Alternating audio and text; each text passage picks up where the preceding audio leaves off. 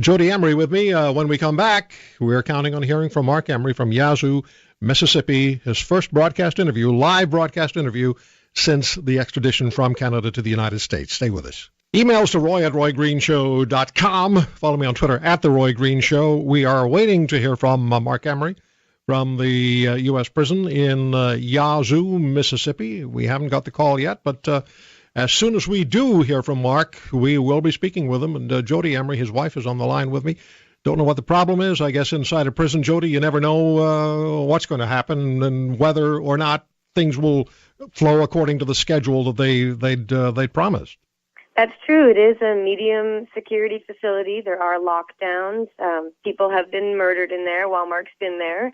It is federal prison, so you don't know what's going to happen.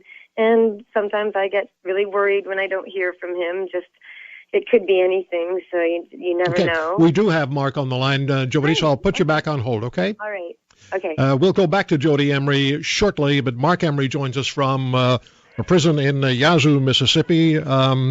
Marc, it's good to have a chance to talk to you, and I asked you to share with me 3 or 4 points which you consider most important that you have an opportunity to address in this conversation. We have limited time, so I want to start right away with the points that you felt were most important to talk about. And the number one point that you wanted to make was Justin Trudeau. You preferred Justin Trudeau over Stephen Harper or Thomas Mulcair, and specifically because of the drug prohibition issue? Well, first of all, Justin Trudeau is a likable person, and I would say that Thomas Mulcair and Stephen Harper are not particularly likable. They're tough guys. They pride themselves on being tough guys, and Justin Trudeau is an evolving person, and Stephen Harper is not an evolving person, and neither is Thomas Mulcair. They're wedded to a certain dogma. But where does the marijuana come into the situation? Where does Justin Trudeau's preference, or maybe not preference, but acceptance of marijuana, greater acceptance than maybe Mulcair or Harper, come into play for you? Well, Stephen Harper is never going to change his point of view. He never has changed his point of view, and Thomas Mulcair is very wedded to his. But Justin Trudeau was once opposed to marijuana legalization, decriminalization, and now he's evolved to the point where he's accepting it, and he's promoting it, and he's doing it so with enthusiasm. He's the kind of person who can change his mind, and it's considered a good thing. And I think that's what we need in Canadian politics, and I think he's going to be popular. I think the idea of decriminalizing marijuana these days is, to me, an antiquated thing. It's very much rooted in the past. I mean, we were promised decriminalization 42 years ago after the Ledane Commission, and his father, Prime Minister Trudeau, said we were going to decriminalize marijuana in August 1970. 42 years and 2 million Canadians arrested and hundreds of thousands put into jail since then, all for marijuana, and we still are just merely talking about decriminalization of marijuana. I think he's going to go a step further. I think in the next 6 months to a year, he's going to say we need a whole new system of taxation, regulation, and controlled distribution of marijuana, and that's the thing that Canadians really need. It's the only thing that will address the problems of cartels, gangs, and the associated problems that we've had with prohibition all this time. Marc, then questions are going to be asked, questions like this. Do we want a prime minister who smokes pot? Well, first of all, we don't know if he's smoking pot contemporarily. I've smoked pot with him, but that was in the year 2003. He looked familiar with it. It certainly didn't seem to be his first time he ever smoked marijuana. And he's comfortable with that, and that's what you need. You need a prime minister that is comfortable. Now, Jack Layton, by the way, came to my home in 2003, in the very same year, and did an interview with me where he said he wanted to regulate... from a federal prison. As if you didn't know. And Jack Layton wanted to have a regulated system to sell marijuana, to have it distributed, and to bring back... And it's quite a stunning interview that I think never hurt Jack Layton. His popularity continued to improve after that interview. And also, Jack Layton was a very likable person. And that's what we have in Justin Trudeau, a very likable person who's got the most modern point of view, and it's going to keep evolving, and I think that's going to be popular. I think people are tired of these tough guys rooted in their dogma, trying to out-tough the other guy. I think Justin Trudeau's openness is going to be a big selling factor, and I'm going to support him. I think he's going to be very promising for Canadians. It'll be interesting. It'll be interesting to see where this stands in 2015 or 16 when the next federal election takes place. Some of the points that do you mind if I just read your answers when I said I'd like you to share with me the points that you think are most important? Okay, if I just read what you wrote? Sure. You wrote, what are the arguments in favor of prohibition that justify 60 to 90,000 dead in Mexico in just the last 6 years, or civil wars in Colombia and Guatemala, or a police state in America or the millions in jail worldwide over drugs? Speak to that. Well, we've had 42 years of prohibition in Canada. We've had 2 million Canadians arrested for pot, and we've had hundreds of thousands of those spend time in jail. What was the benefit to Canadian society for all that punishment, for all that cruelty, for the colossal waste of taxpayers' money, for all the powers that we've given the police, SWAT teams, their militarization of the police, the surveillance capabilities, all the undercover officers, informants, the kind of police state that we're supposed to fear as a democracy, we brought in because of the drug war. So what was the benefit? What did we get in return for all that sacrifice, for all those violations of civil liberties, people put in jail? 2 million Americans are in jail right now, and half of them are for drugs. We've got 10,000 people being killed every year in Mexico for this drug war. Where's the benefit? What did we get as taxpayers for all that colossal waste of our treasure, for all that cruelty, for all that police state, for all the people in jails? What did we get for it? I've never heard a politician articulate what was to be given to us that could justify the carnage, the slaughter, the colossal waste of money,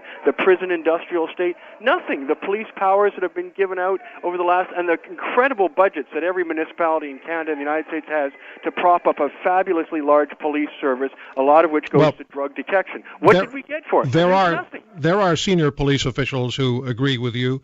There are medical public health care officials who agree with you.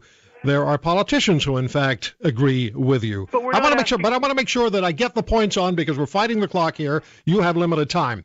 The next point that you made was this: why did my governments, both Liberal, Cotler in 2005, and Conservative, Nicholson and Taves in 2006 to 2010, sign on to my extradition when the head of the DEA said my actions were clearly about legalizing marijuana and all my actions were in Canada? As a response to that, what I get from folks I talk to is look, Marc Emery knew what the law was. He broke it with impunity. He deserves what he got. Well, here's the thing that I think. You're not talking about any Canadian here. For over 3 decades of my life, all my adult life, I've devoted myself to peaceful democratic protests, peaceful democratic means of bringing about a freer, more just society in Canada. I think my record is such a wide, huge record, really, of service to Canada. There's no other Canadian that has a resume equal to mine. There simply isn't. No one's ever given themselves to this country like I have. I have paid my dues, and yet at the same time, I was extradited to another country. Why? I could have been charged in Canada. And you know what? No judge would probably have sent me to jail. I could have been dealt with transparently in my own country, but instead, both governments, the Liberal and Conservative, and by and large the Canadian people, abandoned someone who's done 30 years of service to this country. I was sent here because I sold seeds from my desk in Canada. No one else in the United States is in jail for seeds. No one else in Canada is in jail for seeds, let alone sent away 5 years after a record of service like mine. So, well, I have to tell you, when Irwin Cotler okayed you being extradited to the United States, I said, wait a minute, this is the same guy who sat in a government that was ready to decriminalize marijuana and went out and tried to get votes on that basis, Jean Chrétien, Paul Martin, and his then Justice Minister, Martin Cochon. Well, what I find more loathsome about Irwin Cotler is he prides himself on being a famous human rights activist, and yet he would turn me over to the United States, which has been responsible for this bloody war for 40 years, this drug war, this worldwide drug war that's involved really millions of victims. Millions of people have died over this drug war. Tens of millions have been incarcerated worldwide in the last 40 years. It's a staggering, brutal. So when the argument is made, Mark, that marijuana is a gateway drug and it starts people on this miserable trail all the way to heroin and beyond, you're not buying. Well, first of all, neither is the Canadian public. 70% of the people in British Columbia want to legalize marijuana, and the clear majority of Canadians want to legalize marijuana. But that means everybody who ever took marijuana will be on to harder drugs. So that means Justin Trudeau is going to be imminently a cocaine or heroin addict, or for that matter, every other Canadian prime minister. Prime Minister Martin admitted his wife made him pot brownies at one time. And the only reason Stephen Harper said he didn't ever smoke marijuana is that when it was offered to him, he was too drunk to accept it. So we've got a nation of people that have used drugs but still managed to prosper in positions of authority, like President Clinton or President Bush, and for that matter, Barack Obama, all admitted to smoking marijuana and doing other drugs, and yet we take it for granted that they're in these positions of authority and respect and power. So that argument is irrelevant. It doesn't matter if anything is a gateway to something else. No one should have to go to jail for their personal choices that don't harm others. All right. When you're released from prison, let's just build on that point. When you're released from prison, if the laws haven't changed and the sale of and consumption of marijuana remain a criminal offense, what will you do? Well, I'm going to, listen, regardless of anywhere in the world there's going to be injustice over a drug war, I'm going to be fighting that. And I'm certainly going to be doing it primarily in Canada. And certainly if Canada is still under the same horrible regime as it is now, and we haven't yet begun to see the terrible impact of Harper's mandatory minimums that came into effect only a few weeks ago. So when I get back to Canada, unfortunately Canada will probably be in a worse state than when I left. And that's a tragic thing. I promise people, if they don't do their job while I'm gone and make marijuana legal and reduce the pernicious effects of this prohibition, by which there is no possible justification. There is nothing good about prohibition that could possibly sustain it in the people's minds, and that yet if they permit Harper and his allies and the compassionless zombies that are in his party that keep this going, then I'm going to have to come back and I'm going to have to get as serious as I ever was about ending this prohibition. My job will still be the same, but my wife has done an incredible job in my absence, and I'm very proud of her. And so we're going to take this up as a couple, and I hope we'll be very successful. Mark, I appreciate the time. It's good talking to you. Thank you so much. All right, bye now. Bye-bye. Marc Emery on The Roy Green Show on the Chorus Radio Network.